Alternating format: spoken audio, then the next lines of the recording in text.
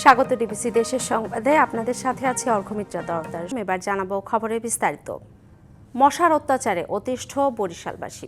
উড়ন্ত মশা মারতে ফগার মেশিন ও হ্যান্ড স্প্রে ব্যবহার করা হলেও মশার লার্ভা নিয়ন্ত্রণে কোনো উদ্যোগ নেই বরিশাল সিটি কর্পোরেশনের। মশার অত্যাচার থেকে বাঁচতে কয়েল ও স্প্রের উপরই ভরসা বাসিন্দাদের। মশার অস্বাভাবিক বিস্তারের রাত দিন দুর্বিষহ হয়ে উঠেছে বরিশাল নগরবাসীর জীবন। ঘরে কিংবা বাইরে 5 মিনিট স্বস্তিতে থাকারও উপায় নেই বাসিন্দাদের। মশা থেকে বাঁচতে কয়েল ও স্প্রে দিলেও কোনো কাজ হয় না। নগরবাসীর অভিযোগ, ডোবা, নালা, ড্রেন, খাল, পুকুর থেকে শুরু করে বাড়ির আশপাশের ঝোপঝাড়ে রয়েছে মশার লার্ভা, যা পরিষ্কার পরিচ্ছন্ন না করায় সেখান থেকেই প্রতিনিয়ত বাড়ছে মশার যন্ত্রণা। কোরআন শরীফ পড়তে বইলেও গুলুপ জ্বালাইতে নিলে মশায় সারা শরীরে রক্ত চামড়া উঠেই হেলায়। 5 মিনিট বইয়ে নামাজ পড়া যায় না, 5 মিনিট এমনি উদলো বওয়া যায় না। আমাদের আশেপাশে এই যে ময়লা আবর্জনা, এই যে ড্রেনিং এর পানিগুলো, এইগুলো নামতে পারতে আছে না। মশার জানালেও কোনো কাম হইবে না। মশক নিধন কর্মীদের ফগার মেশিন হাতে ছুটে চলা, বিভিন্ন এলাকার ঝোপ ও বদ্ধ নালায় হ্যান্ড স্প্রে করার দৃশ্য চোখে পড়লেও এসব কোনো কাজে আসছে না দাবি বাসিন্দাদের।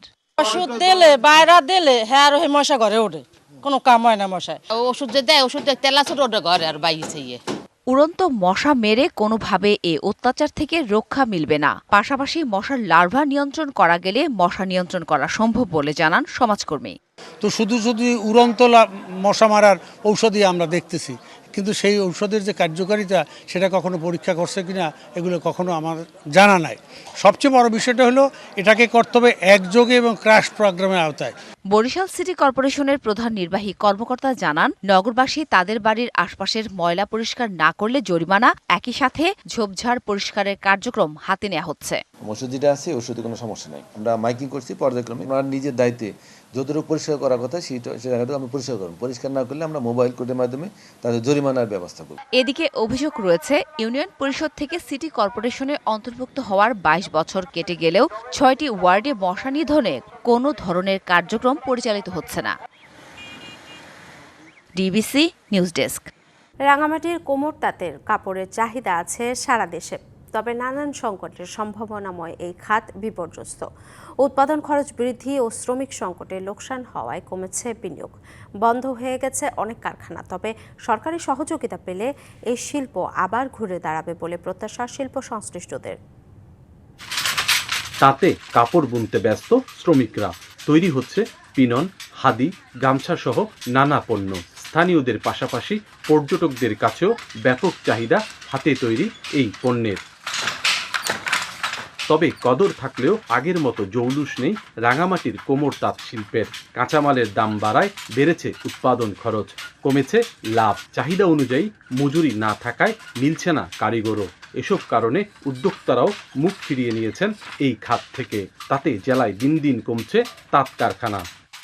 তো তাঁত বুনলে কি হবে, আমাদের টাকাগুলো আমাদের পোষায় না। এখন আমাদেরকে যে মজুরিটা দিচ্ছে এগুলো আমরা করতে পারি না। যে সরকার যদি আমাদের কোনো কিছু একটা করতো, তাহলে আমরা সবাইকে নিয়ে একটু বেঁচে থাকতে পারতাম। কাপড়টার রেটটা যদি বাড়ায় বিক্রি করতে পারতাম তাহলে শ্রমিকের বেতন আমরা ন্যায্য মূল্য দিতে পারতাম। তবে উদ্যোক্তা ও শিল্প সংশ্লিষ্টরা বলছেন, সরকারি পৃষ্ঠপোষকতা পেলে ঘুরে দাঁড়াবে এই শিল্প। যে আর্থসামাজিক প্রেক্ষাপটে অনেক নারীরাই বাসায় বসে থাকে, যদি সরকার করে কি বাসায় একটা তাঁত স্থাপন করে দেয় তাহলে তাদের জন্য একটু ভালো হবে। এটা সমস্যা খুঁজে বের করে সরকারের কাছে প্রস্তাবনা পাঠানোর কথা জানান জেলা পরিষদ চেয়ারম্যান। তাঁত এবং এর সঙ্গে সংশ্লিষ্ট সমস্যা বুঝতে পারলে এর সমাধানে স্থানীয় পর্যায়ে না পারলেও সরকারকে জানাবো এবং সমাধানের চেষ্টা করব। রাঙামাটির ঐতিহ্যবাহী এই শিল্প রক্ষায় সরকার দ্রুত পদক্ষেপ নেবে এমন প্রত্যাশা স্থানীয়দের। সৈকত রঞ্জন চৌধুরী, ডিবিসি নিউজ, রাঙামাটি। নতুন করদাতা শনাক্তকরণের লক্ষ্যে মানিকগঞ্জে শুরু হয়েছে স্পটে কর নির্ধারণ কর্মসূচি। স্থানীয় আয়কর অফিসের উদ্যোগে বিভিন্ন স্থানে গিয়ে গ্রাহকদের সেবা দিচ্ছে আয়কর সেবা। আয়কর বিভাগের এমন কাজকে সাধুবাদ জানিয়েছেন অনেকেই। নতুন করদাতা শনাক্ত করতে মাঠে ঘাটে ছুটে বেড়াচ্ছে মানিকগঞ্জের আয়কর বিভাগ। শুধু অফিসে নয়, এবার তারা বিভিন্ন স্পটে গিয়ে গ্রাহকদের দিচ্ছে আয়কর সেবা। আয়কর আইন 2023-এর 195 ধারা অনুযায়ী স্পটে কর নির্ধারণের মাধ্যমে নতুন করদাতা শনাক্তকরণ, অনলাইনে আয়কর রিটার্ন দাখিল ও আয়কর জমা সংক্রান্ত কার্যক্রম হাতে নিয়েছে কর বিভাগ। আমাদের জাতীয় রাজস্ব বোর্ডের চেয়ারম্যান মহোদয় স্পটে কর নির্ধারণের বিষয়ে আমাদেরকে একটা নির্দেশনা দিয়েছেন। সেই নির্দেশনার আলোকেই আমরা কর অঞ্চল 25 কর কমিশন মহোদয়ের সার্বিক তত্ত্বাবধানে বা দিক নির্দেশনায় আমরা আজকে মানিকগঞ্জ সদর জেলায় পৌর সুপার মার্কেটে আমরা স্পটে কর নির্ধারণ করছি। ঘরে বসে আয়কর বিভাগের এমন সেবা পেয়ে খুশি অনেকেই। কর অফিসের এই উদ্যোগকে স্বাগত জানান তারা। আসলে ব্যাপারটা অনেক ভালো লাগতেছে, কারণ আগে তো আমরা অফিসে যাই দিচ্ছিলাম, তো এখন আমাদের নিকট আসছে, অনেক ভালো লাগতেছে আমার। এখানে তারা সেন্টার করছে, সেন্টার করার প্রেক্ষিতে এখানে সবাই বসে এখান থেকে সব কার্যক্রম সম্পন্ন করতে পারতেছে। মার্কেটে আইসা সহজ ফি না নিয়ে বিনা ফিতে সার্ভিস দিয়ে একবারে সহজভাবে আয়করটা তারা নিয়ে গেল বিভিন্ন ব্যবসায়ীর নিকট হইতে। অফিসে যায় নিয়ে সেগুলি আমাদের করতে হইতো, সেই ক্ষেত্রে অফিস সেই ক্ষেত্রে ওনারা চলে আসছেন আমাদের এখানে, আমাদের এই সার্ভিসটা ওনাদের আমরা দিতেছেন। কর বিভাগের এমন কার্যক্রমে রাজস্ব বাড়বে সরকারের, এমনটাই প্রত্যাশা সবার। Ashraful Alam Liton, DBC news, Manikganj. দিনাজপুরের বিরল উপজেলার কড়াইল বিলের 3 শতাধিক আম গাছ কেটে ফেলার অভিযোগ উঠেছে মুক্তিযোদ্ধা সংসদের সাবেক কমান্ডার ও বিএনপি নেতা মোকসেদ আলী মঙ্গলিয়ার বিরুদ্ধে। কড়াই বিলটি 1975 সাল থেকে বিরল উপজেলা মুক্তিযোদ্ধাদের অধীনে রয়েছে। এসব আম গাছ কাঠ ব্যবসায়ীর কাছে বিক্রি করে দেন মঙ্গলিয়া। পরে গাছ কেটে নিয়ে যাওয়ার সময় স্থানীয়রা বাধা দেন। খবর পেয়ে উপজেলা নির্বাহী কর্মকর্তা অভিযান চালিয়ে কাটা গাছ জব্দ করে। তিনি জানান, সব গাছ কাটা বা বিক্রির ক্ষেত্রে সংশ্লিষ্ট কোনো দপ্তরে অনুমতি নেওয়া হয়নি। এদিকে অভিযুক্ত জানান, তাদের সংগঠনের সভায় সিদ্ধান্ত নিয়েই গাছ কাটা এবং বিক্রি করা হয়েছে। প্রায় 75 সাল থেকে এটা একটা প্রকল্প হিসাবে মুক্তিযোদ্ধাদের চালিয়ে আসতেছি। এই গাছতে আমাদের লাগানো এবং বার্ষিক সাধারণ সভাও এটা আলোচনা করে এই গাছগুলি ব্যবসায়ীদের কাছে বিক্রি করা হয়েছে। পুরোই বিলটা রয়েছে, এখানে আমরা মুঠোফোনের সংবাদ পেয়ে থাকি যে এখানে বেশ অনেকগুলো গাছ কাটা হয়েছে, সাথে সাথে জব্দ করে এবং গ্রাম পুলিশকে দিয়ে তত্ত্বাবধানে রাখা হয় যাতে সেগুলো হারিয়ে না যায় বা চুরি না হয়। কিশোরগঞ্জের ভৈরবে অধিক লাভের প্রলোভন দেখিয়ে গ্রাহকের 5 কোটি টাকা নিয়ে লাপাত্তা চাঁদপুর মাল্টিপারপাস কোঅপারেটিভ সোসাইটি নামে এক এনজিও। শিমুলকান্দি ইউনিয়নের চাঁদপুর গ্রামের শতাধিক গ্রাহকের সাথে হয়েছে এই প্রতারণা। ভুক্তভোগীরা জানিয়েছেন, প্রতি মাসে 2000 টাকা মুনাফা দেওয়ার কথা বলে আমানত সংগ্রহ করছিলেন শাহ আলম। সরল বিশ্বাসে কেউ 1 লাখ, কেউ আবার 30 লাখ টাকা পর্যন্ত দিয়েছিলেন। জামানত হিসেবে সবাইকে ব্যাংক চেক ধরিয়ে দিয়েছিলেন তিনি। কিন্তু সম্প্রতি প্রভাবশালী এক ব্যক্তির কাছে বাড়ি বিক্রি করে রাতের আধারে পরিবার নিয়ে পালিয়েছে শাহ আলম। শেষ সম্বল হারিয়ে নিঃস্ব গ্রাহকরা। নিবন্ধন থাকার পরও চাঁদপুর মাল্টিপারপাস কোঅপারেটিভ সোসাইটির এমন প্রতারণার ঘটনা তদন্ত করার আশ্বাস দিয়েছেন উপজেলা নির্বাহী কর্মকর্তা।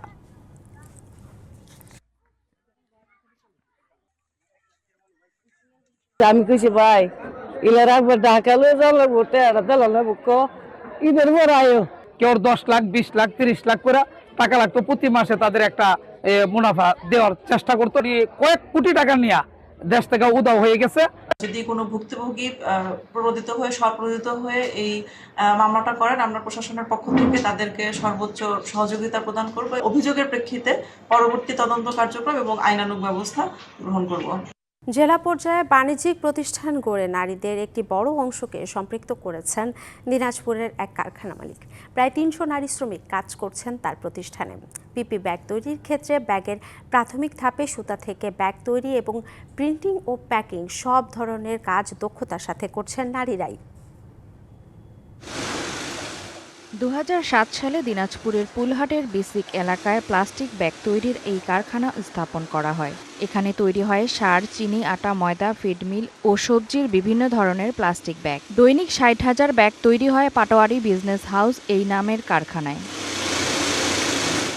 ভারী কাজের জন্য 7 থেকে 8 জন পুরুষ ছাড়া এখানকার সবাই নারী কর্মী। সুপারভাইজার এবং টেকনিশিয়ান পদেও কাজ করছে নারীরাই। বস্তা তৈরি করি, এখানেও তৈরি হওয়ার পরে কাটিং সুইংয়ে যায়। আমরা সবাই মহিলারা A to Z শুরু থেকে শেষ পর্যন্ত আমরা এই কাজগুলাই করি।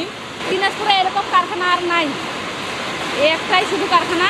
ব্যাগ তৈরির পুরো কাজ নারীরাই করছে বলছেন কারখানার পরিচালক। আমার এই যে পাটোয়ারি বিজনেস গ্রুপের যে ব্যাগ ইউনিটটা, এই পিপি ব্যাগ ইউনিটে আমি তখন থেকে নারী শ্রমিকদের প্রাধান্য শুধু দিচ্ছি না, শুধু শ্রমিক নয়, আমি এখানে টেকনিশিয়ান থেকে শুরু করে অপারেটর, প্রিন্ট অপারেটর সব নারী স্কোপটাকে তৈরি করার চেষ্টা করছি। দিনাজপুরের নারীদের কর্মসংস্থানের সুযোগ তৈরি করে দৃষ্টান্ত স্থাপন করেছে Patwari business house. DBC news desk. রোজার শুরু থেকে অনেকটা পর্যটক শূন্য হয়ে পড়েছে কক্সবাজারের বিনোদন কেন্দ্রগুলো। এতে বন্ধ রয়েছে হোটেল, মোটেল জোন ও সাগর পাড়ের কেন্দ্রিক কয়েক হাজার ব্যবসা প্রতিষ্ঠান। এই সুযোগে সংস্কার আর প্রশিক্ষণের কাজ সেরে নিচ্ছেন অনেকে, তবে বেকার সময় কাটছে অসংখ্য শ্রমিক কর্মচারীর। তবে যারা ঘুরতে আসছেন বিস্তৃত বাড়িয়াড়ির ফাঁকা সৈকতে, তারা বিনোদনে মেতেছেন নিজেদের মতো। কক্সবাজার সমুদ্র সৈকতের সুগন্ধা পয়েন্টে নেই চিরচেনা কোলাহল। ফাঁকা সড়ক আর সৈকতের প্রবেশপথের দুপাশের অধিকাংশ দোকানপাটই বন্ধ। 4.5 মাস ভালো ব্যবসার পর রমজানের শুরু থেকেই অনেকটাই পর্যটক শূন্য হয়ে পড়েছে কক্সবাজার। সৈকতে কেবলই ঢেউয়ের গর্জন। বিস্তীর্ণ বালিয়াড়ির দখল নিয়েছে কাঁকড়ার দল। মোটামুটি ভালোই, কিন্তু লোকজন খুবই কম। আগে যখন আপনি আগে পরিমাণে যা পরিমাণ ছিল এখন নাই। ফ্যামিলির সাথে মানে উপভোগ করার মতো অনেক ভালো একটা সময়। এর ভিতরে এখন রোজা চলছে, এখন যেমন মানুষ নাই, ফ্রিলি হোটেল ভাড়াও কম, অন্যান্য সময় তো এরকম পাওয়া যায় না। খালি পড়ে থাকা সৈকতের কিটকটগুলো জানান দিচ্ছে পর্যটন খাতের আকস্মিক হাহাকারের চিত্র। এমন পরিস্থিতিতে অলস সময় কাটছে ক্ষুদ্র ব্যবসায়ী, বিচ বাইক ও জেটস্কি চালক, ঘোড়া সাওয়াল আর ফটোগ্রাফারদের। এখন রোজা রেখে আমরা যদি পকেট খরচ পাই, ওইটা নিয়ে আমরা বাসায় চলে যাই।